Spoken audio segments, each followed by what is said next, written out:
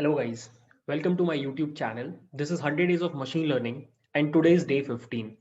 सो अब हम लोग धीरे धीरे मशीन लर्निंग प्रोसेस में आगे बढ़ रहे हैं.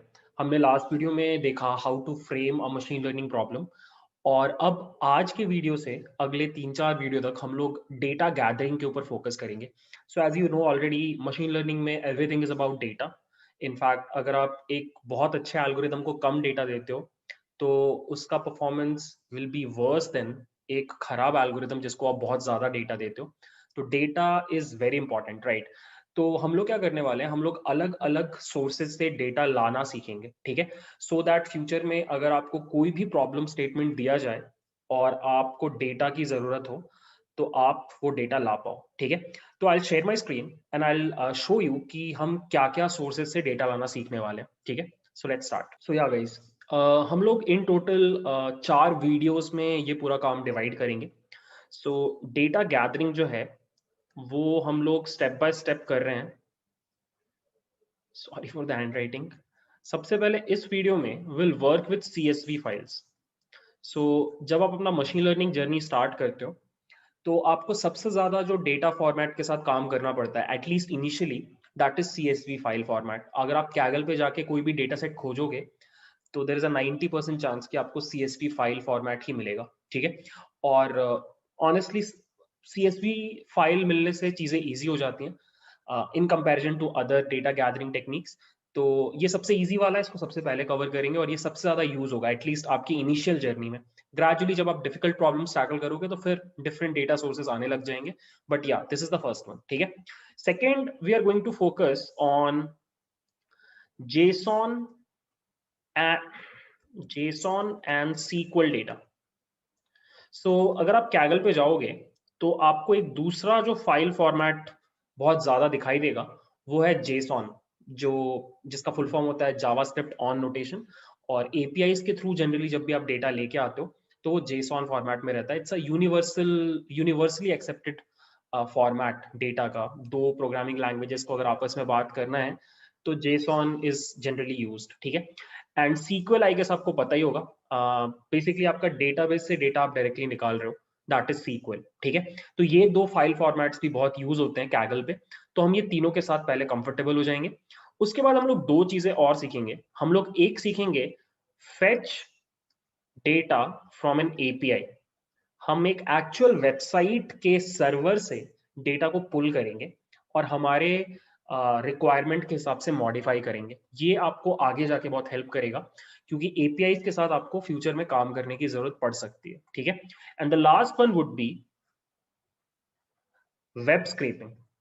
सो कभी कभी क्या होगा कि आपके पास डेटा सोर्स नहीं होगा और डेटा जो होगा वो किसी और वेबसाइट पे होगा जो आपको देना नहीं चाहता है, APIs नहीं है, ठीक है? इन दैट केस आपके पास एक ही ऑप्शन बचता है, that is to scrape the website. Data में आप मतलब उस वेबसाइट पे आप एक पार्सर चलाते हो पाइथन में या किसी भी और लैंग्वेज में. और वो पार्सर क्या करता है, उस वेबसाइट के HTML कोड को नेविगेट करके काम की चीजें बाहर निकाल के आपको दे देता है, ठीक है? तो this will be video 1, this will be video 2 जो हम कल देखेंगे, this will be 3 and this will be 4, ठीक है? तो फिलहाल मैं इन्हीं 4 चीजों के ऊपर फोकस कर रहा हूँ. अब इसके अलावा भी कुछ चीजें होती हैं जैसे गूगल का बिग क्वेरी बोल के एक है, उसके ऊपर आप काम कर सकते हो. आप डेटा वेयर हाउस बना करके वहां से डेटा कैसे फेच किया जा सकता है उसके ऊपर काम कर सकते हो. इसके अलावा NoSQL डेटाबेसेस हैं, उनसे कैसे डेटा फेच करना है वो भी आप सीख सकते हो. बट मेरे को ऐसा लगता है कि सिंस अभी आप जस्ट स्टार्ट कर रहे हो, ये 4 चीजें अगर आप सीख गए तो आप अपना 90% प्रॉब्लम सॉल्व कर सकते हो. इनफैक्ट 95% प्रॉब्लम सॉल्व कर सकते हो. उसके आगे फिर आप ऑन द गो सीखते रहना, ठीक है? या फिर मैं उसका कुछ करूंगा जुगाड़, ठीक है? So anyways, this is the plan. So let's start with today's video. Today we are going to focus on CSV, ठीक है? So I have a notebook over here और ये मेरा सेटअप है गाइस. ये मैंने एक नोटबुक बना रखा है वर्किंग विद CSV. ये मेरा एक जुपिटर नोटबुक है और यहाँ पे मैंने कुछ फाइल्स पहले से अपलोड कर रखी हैं. ये अलग अलग CSV फाइल्स हैं एक्सेप्ट दिस वन, ये TSV फाइल है. मैं इन सब के बारे में आपको बताता हूँ. सो पहले मैं आपको एक बार बता देता हूँ कि CSV होता क्या है. अगर आपको नहीं पता है तो पहले आपको पता होना चाहिए कि CSV कैसा होता है. सो ये जो आपके स्क्रीन पे दिख रहा है ना guys, this is CSV file format, ठीक है। मतलब यहाँ पे जो डेटा है, फर्स्ट ऑफ ऑल CSV का full form is comma separated values. So यहाँ पे अगर आप देखो तो हर रो जो है, every row is in one line, और दो वैल्यूज के बीच में जो सेपरेशन है वो एक्चुअली कॉमा से, ठीक है। तो ये एक बहुत फेमस फाइल फॉर्मेट है जो मशीन लर्निंग डेटा साइंस में बहुत यूज होता है, और इसी के ऊपर हम लोग सबसे पहले काम करना सीखेंगे, ठीक है। अब यहाँ पे आप देख रहे हो यहाँ पे एक TSV बोल के भी है। TSV का मतलब होता है टैब सेपरेटेड वैल्यूज। सब कुछ ऑलमोस्ट सेम है, बस बीच में टैब्स लगे हुए हैं, दो वैल्यूज के बीच में टैब लगे हुए हैं। तो TSV उतना फेमस नहीं है, बट कभी कभी ऐसा डेटा सेट मिल जाता है, तो वो उसको कैसे हैंडल करना है वो भी हम लोग इस वीडियो में देखेंगे, ठीक है। So this is my notebook. यहाँ पे मैंने लाइन से टॉपिक्स बना रखे हैं। सी हम लोग मेनली जो फोकस करेंगे वो इस फंक्शन पे फोकस करेंगे। अगर आपने पैंडास की वीडियोस देखे होंगे मेरे, तो वहां पे मैं आपको फर्स्ट वीडियो में ही बता रहा हूँ रीड अंडरस्कोर CSV फाइल, ये फंक्शन के बारे में। कभी भी अगर आपको CSV फॉर्मेट में डेटा मिल रहा है तो this is the function that you will use. अब ऑनेस्टली मैं आपको सिर्फ एक सिंगल फंक्शन रन करके भी दिखा सकता था, बट मैंने बहुत लंबा चौड़ा नोटबुक बनाया। उसका रीजन ये है कि आपका जो रीड अंडरस्कोर CSV जो फंक्शन है ना, इसमें बहुत सारे पैरामीटर्स होते हैं और ये बहुत सारे तरीकों से आपको हेल्प कर सकता है। बट बिगिनर्स जनरली क्या करते हैं, या जनरली आप जो यूट्यूब पे वीडियोस देखोगे उसमें क्या रहता है कि एक दो ही चीजें समझा के छोड़ दिया जाता है। बट व्हाट आई वांट कि ये वीडियो आपके लिए रेफरेंस का काम करे, कि कभी भी फ्यूचर में आप किसी भी तरीके से फंस रहे हो किसी भी CSV फाइल में, तो आप पलट के इस वीडियो को रेफर कर सको। तो I am going to discuss a lot of parameters, around 15-16 parameters में डिस्कस करूंगा। सो थोड़ा वीडियो बड़ा हो सकता है, बट अगर आप देखोगे तो फिर फ्यूचर में आपको कभी भी CSV फाइल्स के साथ प्रॉब्लम नहीं होगा, ठीक है। Let me first show you कि अगर आप रीड CSV का डॉक्यूमेंटेशन देखते हो, रीड CSV पैंडास का अगर आप डॉक्यूमेंटेशन देखते हो, तो आपको ये वेबसाइट पे जाना पड़ेगा, और यहाँ पर अगर आप नोटिस करो इतने सारे पैरामीटर्स हैं, बहुत सारे पैरामीटर्स हैं। इन लोगों ने बहुत तरीके के केसेस को हैंडल करने के लिए कोड लिख रखा है, और अगर आप इन पैरामीटर्स को थोड़ा ढंग से स्टडी कर लो तो फिर आपको कोई प्रॉब्लम नहीं होता है CSV फाइल्स के साथ, ठीक है। तो मैं सारे के सारे कवर नहीं कर रहा, बिकॉज टू बी ऑनेस्ट सब कुछ कवर करने का जरूरत नहीं है, मुझे खुद इतनी कभी प्रॉब्लम आई नहीं। मैं आपको वो प्रॉब्लम्स बताऊंगा जो मैंने कभी फेस की, ठीक है। तो I will come back to my notebook, और यहां से हम लोग स्टार्ट करते हैं वीडियो, ओके। सो सबसे पहले CSV फाइल, अगर आपका मतलब रीड अंडरस्कोर CSV आपके CSV फाइल को लोड कर सकता है अगर आपके मशीन पर CSV फाइल है, या फिर उसका URL भी आपके पास है, तो भी आप ये काम कर सकते हो, ठीक है। सो पहले मैं आपको दिखा रहा हूं कि अगर आपके मशीन पर ये फाइल पड़ी हुई है, जैसे कि यहां पर आप देख सकते हो ये फाइल यहाँ पे पड़ी हुई है august_train.csv। तो इसको लोड करना बहुत सिंपल है, सिंस ये वाली फाइल और ये वाली फाइल दोनों सेम ही फोल्डर्स में है, तो मुझे बस डायरेक्टली फाइल का नाम लिख देना है।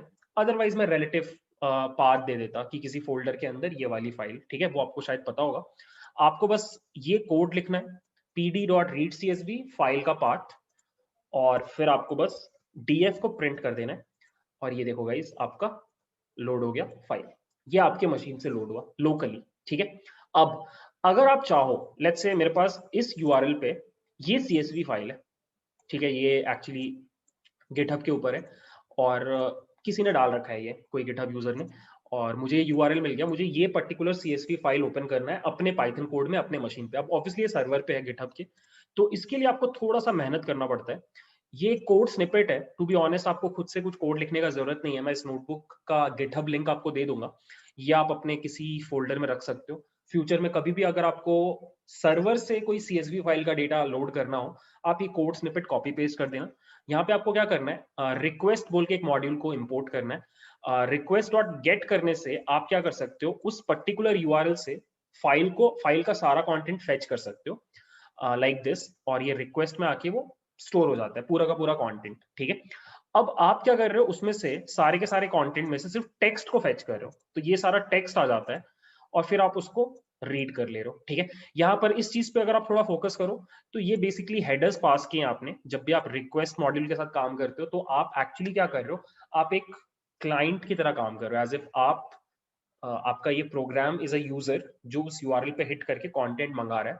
तो यहाँ से आप बस बता रहे हो कि इन हेडर्स के साथ रिक्वेस्ट गया, ठीक है, it's okay, it's not that important, आपको बस ये कोड स्निपेट से मतलब है, और आपको इस यूआरएल को बस कॉपी करना है और यहाँ पे पेस्ट कर देना है इस वेरिएबल के अंदर, दैट्स इट। फ्यूचर में कभी भी आपको इस कोड को यूज करना है, आपको बस यूआरएल में पेस्ट कर देना है, और इतने कोड को आप जैसे ही रन करोगे, थोड़ा टाइम लगता है क्योंकि आप सर्वर से लोड कर रहे हो, और ऑल्सो डिपेंड्स कि कितना बड़ा डेटा है। तो यू कैन सी ये मेरा डेटा सेट है, 194 रोज एंड 2 कॉलम्स। तो मैं बस अभी तक मैंने आपको ये बताया कि आप CSV फाइल्स को आप अपने लोकल मशीन से भी लोड कर सकते हो, और आप चाहो तो सर्वर से भी लोड कर सकते हो, दोनों का कोड आपके सामने है, ठीक है। Now let's move on to the next topic. अब यहाँ पर एक स्टेप पैरामीटर होता है, ठीक है। स्टेप पैरामीटर आपके फंक्शन में होता है। जैसे कि मैं आपको एक चीज दिखाता हूँ, जैसे यहाँ पर ये जो फंक्शन है, ये जो डेटा है, movie titles Meta data dot TSV, अब ये टैब सेपरेटेड वैल्यू है, ठीक है। अब डिफॉल्ट जो होता है, अगर आप देखो, मैं आपको दिखाता हूँ, अगर आप शिफ्ट टैब प्रेस करो तो यहाँ पे आपको दिखाई देगा कि सेप जो है इसका डिफॉल्ट वैल्यू कॉमा, इसीलिए read underscore CSV by default CSV files को लोड करता है। अब ये कभी कभी प्रॉब्लम हो सकता है, स्पेशली अगर आप TSV टाइप की फाइल्स के साथ डील कर रहे हो जहां पे जो वैल्यूज हैं वो कॉमा से सेपरेटेड नहीं है। सो यहाँ पे देखो, अगर मैं ये कोड रन करता हूँ, रीड अंडरस्कोर CSV में अगर मैं ये कोड को रन करता हूँ, देखो क्या होगा। सब कुछ गड़बड़ हो गया क्योंकि कॉमा उसको मिला नहीं, और इसलिए सब कुछ एक ही सिंगल लाइन में आ गया, ठीक है। तो इस तरह के केसेस में आपको क्या करना होता है, आपको बस यहाँ पे सेट वाले पैरामीटर का वैल्यू को ओवरराइड करना होता है टू /t का मतलब टैब। सो आप बोल रहे हो कि rather than finding commerce, find tabs, और उसके बेसिस पे कॉलम्स क्रिएट करो, ठीक है। और अब आप इस कोड को जैसे ही रन करते हो, ये रहा गाइस आपका आउटपुट, ठीक है, ये रहा आपका आउटपुट। अब यहाँ पे आप थोड़ा नोटिस करोगे तो एक चीज गड़बड़ हुई है, कि आपका जो कॉलम है, कॉलम का नाम आपके पास नहीं है, कॉलम का नाम आपके पास नहीं है, आपके पास इंस्टेड जो फर्स्ट रो था वो कॉलम बन गया, ठीक है। ये कभी कभी होता है। तो इस केस में आपको क्या करना पड़ता है, सी आप क्या करोगे कि यहाँ पे अगर आप देखो, हमारे पास इस फंक्शन के पैरामीटर्स लिस्ट में एक और पैरामीटर है by the name of names. यहाँ पे अगर आपके पास कॉलम का नाम नहीं है तो आप खुद से एक लिस्ट पास कर सकते हो कॉलम्स के नाम के साथ, और वो ऑटोमेटिकली फिर चीजें हैंडल कर लेगा। जैसे बेसिकली मैं क्या बोल रहा हूँ, यहाँ पे आप नेम्स बोल के एक पैरामीटर पास करोगे, एक एक लिस्ट पास करोगे जहाँ पे आप इन सारे कॉलम्स का नाम दे दोगे, ठीक है।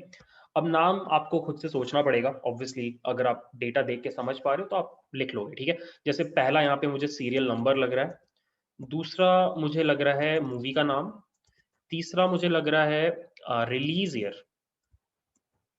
रिलीज अंडरस्कोर ईयर, चौथा मुझे लग रहा है रेटिंग, और फिर I guess number of votes है ये शायद, और लास्ट में है जॉनर्स, राइट।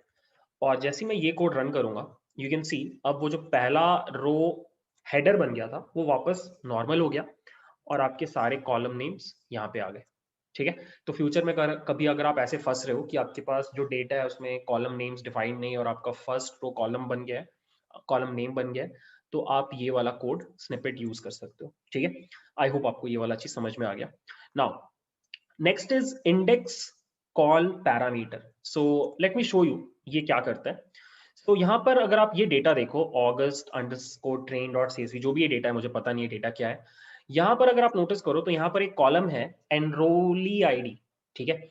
अब यहाँ पे इंडेक्स भी है और यहाँ पे ये EID भी है, दो दो इंडेक्स रखने का कोई जरूरत नहीं है। तो कभी कभी आपका कोई ऐसा कॉलम हो जो आपके एनालिसिस में काम नहीं आने वाला, तो आप चाहो तो उसको इंडेक्स में कन्वर्ट कर सकते हो, राइट, लाइक दिस। आपको बस यहाँ पर लिखना होता है इंडेक्स कॉलम और कॉलम का नाम, कॉपी पेस्ट, ठीक है। और अब आप इसको रन करोगे, यू कैन सी आपका जो डिफॉल्ट पैंडास इंडेक्स था जो ऑटोमेटिकली जनरेट होता है वो रिप्लेस हो गया इससे, ठीक है। बहुत इंपॉर्टेंट नहीं है बट चाहो तो कर सकते हो, ठीक है। सो ये हो गया एक parameter. Next is header parameter. ये थोड़ा सा इंपॉर्टेंट है क्योंकि ये प्रॉब्लम मैंने कभी कभी फेस किया है। सो ये मेरे पास एक test.csv फाइल है, इसको जब मैं रन कर रहा हूँ तो हो क्या रहा है कि आपका फर्स्ट जो रो है वो एक्चुअली कॉलम का नाम है, बट सिंस जिसने भी ये CSV जनरेट किया उसने उसके आगे लाइक कॉलम के नेम के आगे उस रो के आगे 0 लगा दिया, तो अब पैंडा समझ नहीं पा रहे कि ये एक नॉर्मल रो नहीं है, ये आपके कॉलम हेडर्स हैं। ठीक है, तो अगर आपको ये करना है कि इसको कॉलम के नेम में कन्वर्ट करना है और अपना डेटा फ्रेम को यहां से स्टार्ट करना है, तो आपको सिंपली यहाँ पे लिखना पड़ता है header equals 0, header equals to 0 I guess 1, 1 लिखना पड़ता है। आपका जो फर्स्ट मतलब आपका जो फर्स्ट रो है वो 1 से स्टार्ट हो रहा है। ठीक है, ये आपको स्पेसिफाई करना है, तो ऑटोमेटिकली ये वाली जो चीज है ये आपका कॉलम का नाम बन जाता है। ठीक है, सो ये दो अलग अलग प्रॉब्लम्स हैं, एक जब आपके पास कॉलम नेम्स ही नहीं है और दूसरा जब आपके कॉलम नेम्स रोज की तरह ट्रीट हो रहे हैं। तो इन दोनों केसेस में आप ये दो कोड स्निपेट्स यूज कर सकते हो। ठीक है, आई होप आपको ये भी समझ में आ गया। Next is use cols parameter. So जैसे कि ये डेटा है मेरे पास, अब इसमें काफी सारे कॉलम्स हैं, राइट। अब होता क्या है मशीन लर्निंग में कि आपको जब डेटा सेट मिलता है तो not necessarily you will use all the columns, ऐसा बहुत बार होता है। इनफैक्ट आपको शुरू से पता होता है कि मुझे कुछ कॉलम्स नहीं चाहिए या फिर मुझे कुछ कॉलम्स ही चाहिए। तो इस केस में आप क्या कर सकते हो कि डेटा को इंपोर्ट करने के टाइम ही आप कॉलम्स का नाम बता सकते हो जो कॉलम्स आपको चाहिए हैं, बाकी सारे कॉलम्स ऑटोमेटिकली हट जाएंगे। जैसा I will give you an example, let's say मुझे चाहिए है एनरोली आईडी, जेंडर और एजुकेशन लेवल। मुझे सिर्फ ये 3 कॉलम्स चाहिए, ज्यादा भी ले सकते थे बट 3 का एग्जांपल ले रहे हैं। आपको बस क्या करना होगा, यहाँ पे यूज कॉल्स यूज करके यहाँ पे एक लिस्ट के अंदर उन सारे कॉलम्स का नाम आपको बताना होगा जो आपको चाहिए, लाइक दिस जेंडर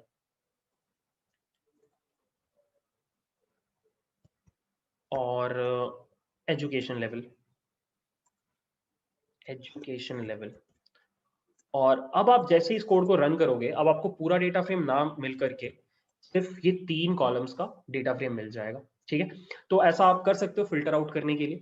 आपके पास आगे भी ऐसे ऑप्शंस होते हैं पैंडाज में, बट ये एक इजी तरीका है, शुरू में ही एलिमिनेट हो गया। ठीक है, तो ये एक छोटी सी चीज आपको बतानी थी। Next is squeeze parameter. So कभी कभी क्या होता है कि आपको कोई एक ही कॉलम चाहिए होता है, ऐसा बहुत रेयरली होता है। मतलब मैं स्टूडेंट्स को पढ़ाने के लिए एग्जांपल यूज करता हूँ, तो मैंने सोचा पढ़ा देते हैं आपको। जैसे मुझे सिर्फ एक ही कॉलम चाहिए और आप अगर स्क्वीज इक्वल टू ट्रू कर दोगे तो अब ये पैंडास डेटा फ्रेम ना बन करके पैंडास सीरीज बन जाता है। बस यही इस चीज में होता है। अगर मैं इसको रन करूं तो सिर्फ एनरोली आईडी आया है, और अगर मैंने यहाँ पे जेंडर लिखा होता तो सिर्फ जेंडर आता, और ये पैंडास का सीरीज ऑब्जेक्ट है। ठीक है, डेटा फ्रेम नहीं है ये, तो ये उतना काम नहीं आता ऑनेस्टली, बट सिंस हम पढ़ रहे हैं तो मैंने आपको पढ़ा दिया। ठीक है, so next is skip rows and and rows. ठीक है, स्किप रोज नाम से आपको समझ में आ रहा होगा, इसमें आप जो भी वैल्यूज दोगे वो पर्टिकुलर रोज आप स्किप कर लोगे, वो आप लेके नहीं आओगे अपने पाइथन कोड में। जैसे कि यहाँ पे ये मेरे पास डेटा है, लेट्स से मुझे ये फर्स्ट वाला और सेकंड वाला रोज नहीं चाहिए। ठीक है, तो मैं क्या कर सकता हूँ, मैं यहाँ पे लिख सकता हूँ स्किप रोज इक्वल टू 0,1। ठीक है, अब आप नोटिस करना ये दोनों नहीं आने चाहिए और आउटपुट ये आना चाहिए। ठीक है, 11561 थर्ड वाला, आई गेस मैंने ध्यान नहीं दिया, या देखो यहाँ से स्टार्ट हुआ।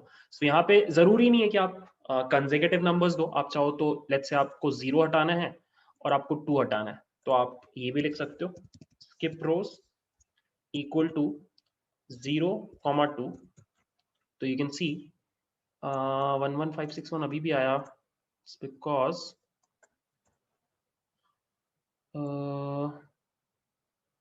वियर्ड है, नहीं आना चाहिए था। स्किप रोज इक्वल्स 0,5, तो 0 हट गया और फिर 5 भी हट गया, पता नहीं कुछ गड़बड़ हुआ गाइस, आप लोग एक बार चेक कर लेना। यहाँ पे डॉक्यूमेंटेशन में अगर आप जाओगे तो आपको दिखाई देगा कि आप इसको और भी अलग अलग ढंग से यूज कर सकते हो।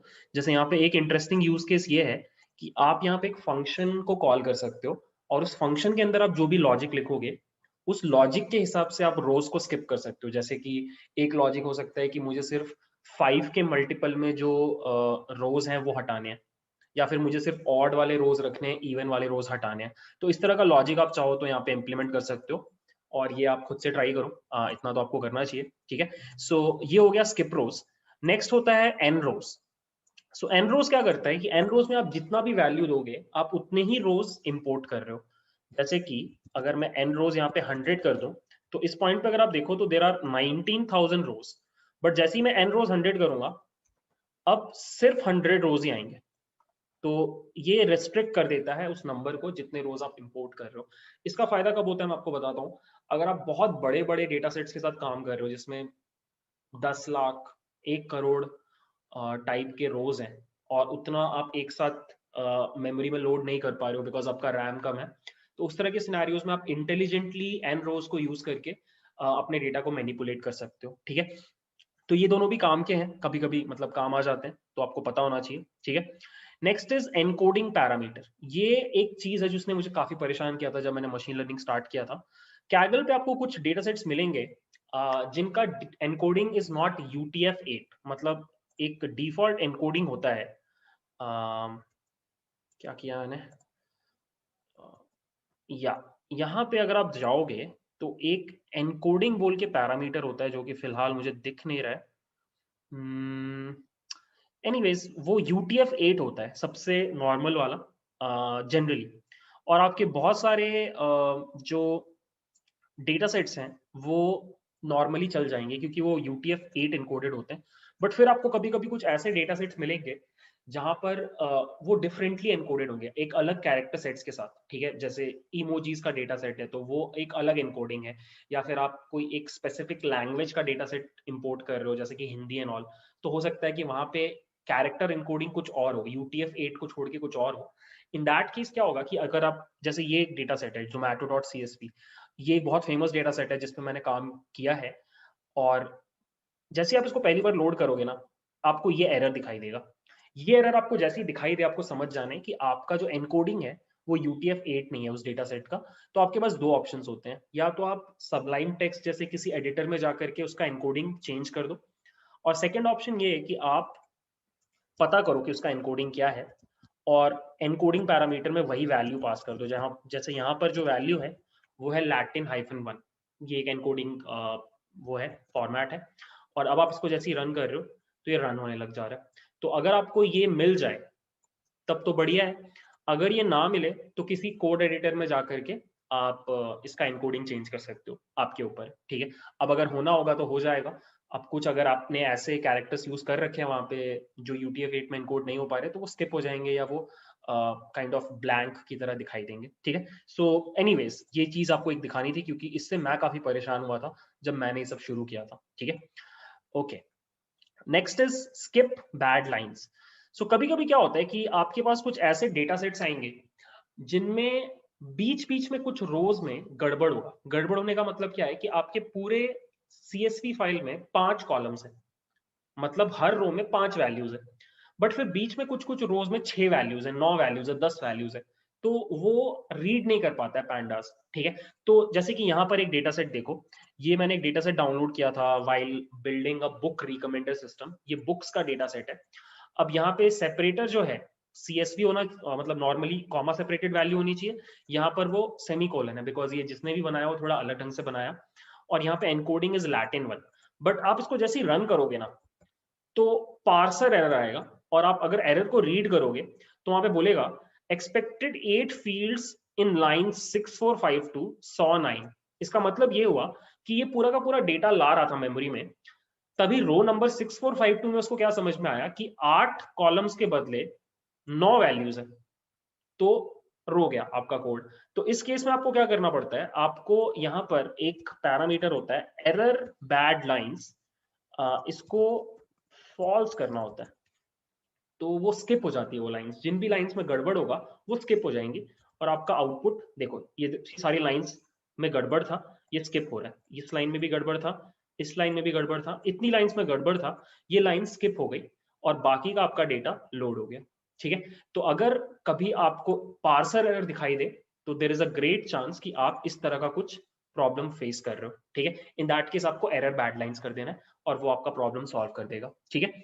अब let's move forward and let's discuss D types वाला पैरामीटर। सो डी टाइप्स का क्या सीन है कि डी टाइप्स नाम से समझ में आ रहा है, डेटा टाइप्स। सो होता क्या है कि जब आपका रीड सीएसवी फंक्शन एक सीएसवी फाइल को देखता है, उसके डेटा को देखता है, तो वो कॉलम वाइज एनालाइज कर लेता है कि उस कॉलम में किस टाइप की वैल्यू स्टोर्ड है। सो ये सब कुछ डिफॉल्ट होता है, बट अगर आप चाहो तो इस बिहेवियर को ओवरराइड कर सकते हो, और ये कभी कभी बहुत काम आता है। ठीक है, लेट मी शो यू कब। जैसे कि यहाँ पर हमारे पास एक डेटा था जो हमने भी थोड़ी देर पहले यूज भी किया। इसका नाम था, I'll just open it, August train.csv। अब यहाँ पर अगर आप नोटिस करो, जो लास्ट कॉलम है उसका नाम है टारगेट, और टारगेट में जो वैल्यूज हैं वो एक्चुअली फ्लोट है, बट जो वैल्यूज है वो 1 और 0 ही है। बट मतलब आप इसको इजिली इंटीजर में रिप्रेजेंट कर सकते थे, बट जिसने भी डेटा क्रिएट किया वहां पर इसको फ्लोट में रिप्रेजेंट किया गया। तो फालतू में फ्लोट यूज हो रहा है, ज्यादा मेमोरी लेगा, कोई पॉइंट नहीं है। तो first of all let me show you कि सच में ये फ्लोट है। आप इन्फो फंक्शन को कॉल कर सकते हो, और ट्रेनिंग में ये देखो फ्लोट 64 दिखा रहा है। सो अगर आपको ये नहीं चाहिए और आपको इसको इंटीजर में कन्वर्ट करना है, तो आप क्या कर सकते हो, आप डी टाइप पैरामीटर को यूज कर सकते हो। यहाँ पर आपको एक डिक्शनरी के अंदर कॉलम का नाम देना होता है। कॉलम का नाम है टारगेट, हाँ टारगेट, और उसको कौन से डेटा टाइप में कन्वर्ट करना है, इंटीजर। ठीक है, अब इसको जैसे आप रन करोगे, यू वुड सी जो आपका लास्ट वाला कॉलम है that is now N integer. ठीक है, अगर मैं इसको इन्फो कर दूं तो यहाँ भी आपको दिख जाएगा कि इंट 32 में कन्वर्ट हो गया। ठीक है, तो कभी कभी काम आता है, आप शुरू में ही एनालाइज करके देख सकते हो, अगर आप मेमोरी बचा सकते हो तो बचा लो। ठीक है, तो कभी कभी काम आता है। नाउ नेक्स्ट, ये बहुत इंपॉर्टेंट है। सो होता क्या है कि जब भी आप रीड सीएसवी यूज करते हो, तो बाय डिफॉल्ट जितने भी डेट कॉलम्स होते हैं ना, उनको एज स्ट्रिंग पार्स किया जाता है, एज स्ट्रिंग पास किया जाता है। तो अगर वो स्ट्रिंग बन जाएगा डेट, तो आप उसको डेट वाली फंक्शनैलिटीज उसकी यूज नहीं कर पाओगे। मतलब आप ये फेच नहीं कर सकते कि कौन सा मंथ चल रहा है, कौन सा डे चल रहा है, कौन सा ईयर चल रहा है।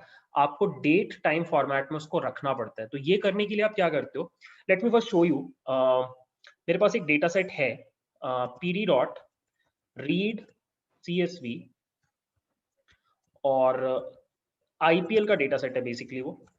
और यहाँ पर अगर आप नोटिस करो, ये डेट है, आईपीएल का हर मैच किस दिन हुआ, ये इंफॉर्मेशन इस कॉलम में है। अब अगर मैं इन्फो करके दिखाऊं, तो यू वुड सी जो डेट है वो ऑब्जेक्ट बन के आया। अब अगर आपने पैंडास पढ़ा होगा तो आपको पता होगा कि ऑब्जेक्ट का मतलब स्ट्रिंग होता है पैंडास में।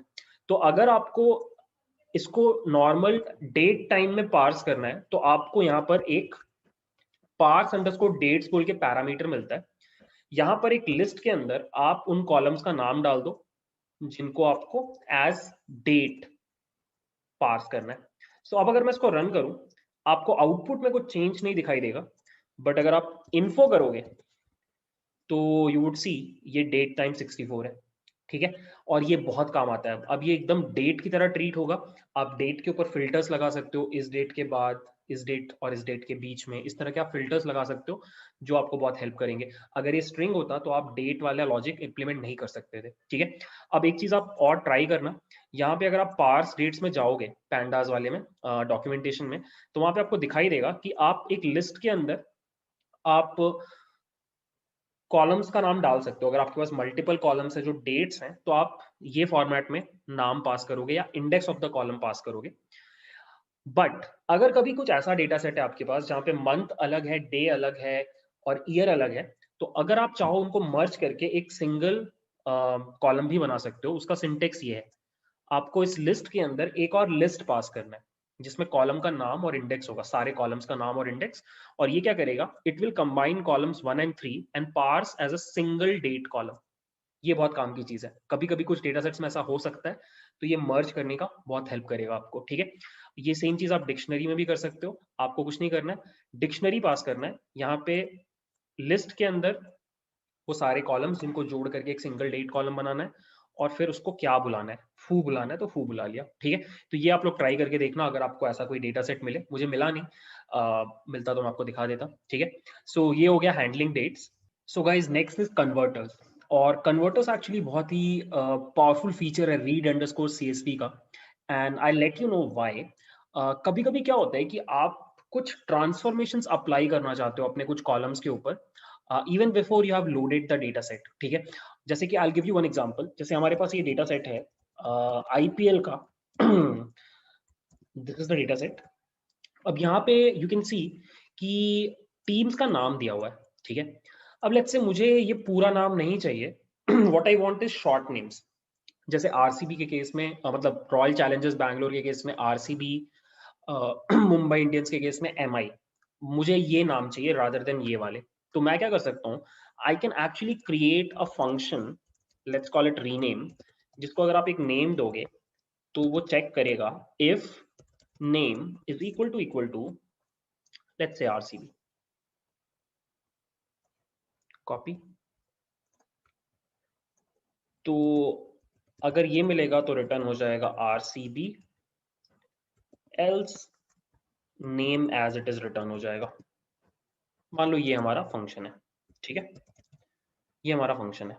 सो अगर आप देखो रीनेम में अगर मैं पास करूं आरसीबी तो मुझे आरसीबी टेक्स्ट दिखाई दे रहा है, ठीक है। अब मुझे ये ट्रांसफॉर्मेशन अप्लाई करना है, so what I will do is I will write converters, यहाँ पे I will pass a dictionary, और डिक्शनरी के अंदर मुझे उस कॉलम का नाम लिखना है जिसके ऊपर मुझे ट्रांसफॉर्मेशन अप्लाई करना है, टीम 1, और फिर मुझे फंक्शन का नाम बता देना है, दैट इज रीनेम। और बस इस कोड को मैं जैसे ही रन करूंगा यू कैन सी टीम 1 के अंदर जहां जहां पे आरसीबी है उन सभी जगह पे मतलब वो ट्रांसफॉर्मेशन अप्लाई हो गया। और इस तरीके से आप कितने भी ट्रांसफॉर्मेशन कितने भी कॉलम्स के ऊपर अप्लाई कर सकते हो, ठीक है। तो ये एक बहुत पावरफुल टेक्निक है जो आप यूज कर सकते हो फ्यूचर में, ठीक है। तो ये भी एक चीज दिखानी थी। अब लास्ट बची दो चीजें, एक है NA अंडरस्कोर वैल्यूज पैरामीटर। इसमें मेन फंडा क्या है, पहले मैं आपको एक बार डेटा सेट लोड करके दिखाता हूँ, रीड अंडरस्कोर CSV, और यही डेटा सेट यूज कर सकते हैं। अब यहाँ पे क्या है, अगर आप नोटिस करो ये NaN वैल्यूज है, NaN वैल्यूज का मतलब है मिसिंग वैल्यूज, ठीक है। अब ये मिसिंग वैल्यूज अगर आइडेंटिफाई हो जाती हैं तो अच्छी बात है, क्योंकि इसके लिए फिर बिल्ट इन फंक्शंस होते हैं, फिल NA, ड्रॉप NA, हटाने के लिए या फिल करने के लिए। प्रॉब्लम कब होता है कि कुछ कुछ डेटा सेट्स में आपको यहाँ पे NaN के बदले एक हाइफन डला होगा, तो वो हाइफन ना NaN रहा और ना उसकी कोई ढंग की वैल्यू है। तो उस तरह की वैल्यूज बहुत परेशान करती हैं, ठीक है। तो इसीलिए क्या किया जाता है कि शुरू में ही आप स्पेसिफाई कर सकते हो कि किस तरह की चीजों को आप NaN वैल्यूज मानना चाहते हो। जैसे कि लेट्स से यहाँ पे मान लेते हैं कि ये मेल का मतलब है हाइफन, ये हमें नहीं चाहिए। तो what I can do is I can just right NA values, और NA वैल्यूज में मैं क्या कर सकता हूँ, एक लिस्ट के अंदर पास कर सकता हूँ वो सारी वैल्यूज जिसको मेरा read underscore CSV function empty मानेगा, NaN मानेगा, ठीक है। सो मैं इसको जैसे ही रन करूंगा यू कैन सी जहां जहां पे भी मेल था वो सब NaN हो गया, और जो NaN था वो तो NaN है ही, और क्या फीमेल था ही नहीं क्या आई डोंट नो, फीमेल था ही नहीं शायद, हाँ यहाँ पे सभी जगह पे मेल ही दिखाई दे रहा था, तो वो भी आप को एम्प्टी वैल्यू कंसिडर करने लग गए। तो ऑब्वियसली आप मेल है उसको ऐसा नहीं करोगे, अगर कहीं हाइफन है या परसेंटेजेस है, कहीं भी अगर प्लेस होल्डर्स है जिनको आपको डिटेक्ट करवाना है कि ये भी एम्प्टी है, वहां पे आप NA अंडरस्कोर वैल्यूज का यूज करोगे। आप यहाँ पे कॉमा सेपरेट करके और भी वैल्यूज पास कर सकते हो, इट्स अप टू यू, ठीक है। तो ये हो गई एक चीज कभी कभी काम आ जाती है। अब है लास्ट वाली चीज जो मुझे बहुत पर्सनली इंटरेस्टिंग लगती है। सो कभी कभी क्या होता है कि आप बहुत बड़े डेटा सेट के साथ काम कर रहे होते हो और एक साथ उसके ऊपर कोई ऑपरेशन अगर आप अप्लाई करो तो होता नहीं है, क्योंकि मेमोरी में इतनी जगह ही नहीं है, मतलब रैम में इतनी जगह नहीं बची। तो यहाँ पे काम आता है चंक्स में डिवाइड करना। जैसे मैं आपको एक एग्जांपल दिखाता हूँ, फिर से सेम डेटा सेट में यूज कर रहा हूँ, I am using this same data set, और ये देखो अब यहाँ पे 19,000 रोज है। अब मान लो यहाँ पे 19 लाख रोज है एक एग्जांपल के लिए। तो आप क्या कर सकते हो कि लोड करते टाइम इस डेटा सेट को चंक्स में डिवाइड कर सकते हो। कैसे? आपको बस यहाँ पे लिखना पड़ेगा चंक साइज, और आपको नंबर ऑफ रोज स्पेसिफाई कर देने हैं जितने के आप चंक्स बनाना चाहते हो। तो लेट्स से मेरे पास 19,000 रोज हैं, मैं 5,000 के चंक्स बनाना चाहता हूँ। सो मेरा पहले चंक में 5,000 रोज होंगे, उसके बाद नेक्स्ट 5,000, उसके बाद नेक्स्ट 5,000, ठीक है। और इसको मैं एक वेरिएबल में स्टोर कर रहा हूँ जिसका नाम रख रहा हूँ DFS, डेटा फ्रेम्स, ठीक है। अब आप क्या कर सकते हो कि अगर आपको कुछ भी करना है अपने डेटा सेट्स के ऊपर, अपने डेटा फ्रेम्स के ऊपर, तो आप लूप के अंदर करोगे। आप ये कोड लिखते हो, for chunks in DFS print her chunk का साइज। अब यहाँ पे हर चंक जो है गाइस वो एक डेटा फ्रेम, ठीक है। और ये देखो साइज क्यों कर दिया मैंने साइज नहीं करना था मुझे, मुझे लिखना था शेप।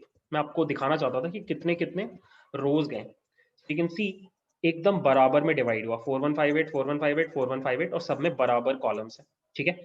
अब अगर आपको सब में कुछ चीज अप्लाई करनी है, लेट्स से आप ग्रुप बाय ऑपरेशन करना चाहते हो या आप कुछ भी करना चाहते हो, आपको क्या करना पड़ेगा, बस लूप के अंदर रख करके उस ऑपरेशन को चलाना पड़ेगा, ठीक है। इसके ऊपर मैं एक वीडियो बनाकर अपने पैंडास वाले प्लेलिस्ट में डालने वाला हूँ। ये मेरे को कुछ 6-8 महीने पहले ही पता चला था कि इस तरीके से हम चीजों को हैंडल कर सकते हैं, क्योंकि 6-8 महीने पहले मुझे एक ऐसा डेटा सेट मिला जो बहुत बड़ा था और मेरा मशीन उसको हैंडल नहीं कर पा रहा था। तो यहाँ पर वहां पर मुझे ये वाला फंक्शन बहुत काम आया था, ठीक है। तो ये भी बहुत काम का है, कभी अगर आप फंसे बहुत बड़े डेटा सेट के साथ, तो this is how you will handle the problem, okay. So with that yes, हमने कंप्लीट कर लिया ये वाली चीज। और आई गेस फिर से बड़ा ही वीडियो हो गया, अराउंड 30 मिनट्स का हो गया होगा, बट ट्रस्ट मी मैंने आपको ऑलमोस्ट सारी चीजें बता दी हैं। रीड अंडरस्कोर सीएसवी में आपको प्रॉब्लम नहीं होना चाहिए। अब कल हम लोग सीखेंगे जेसॉन और सीक्वल डेटा के साथ कैसे काम करते हैं, ठीक है। सो I hope you like the video. If so, please consider subscribing and sharing. ठीक है? Let's meet tomorrow. Bye.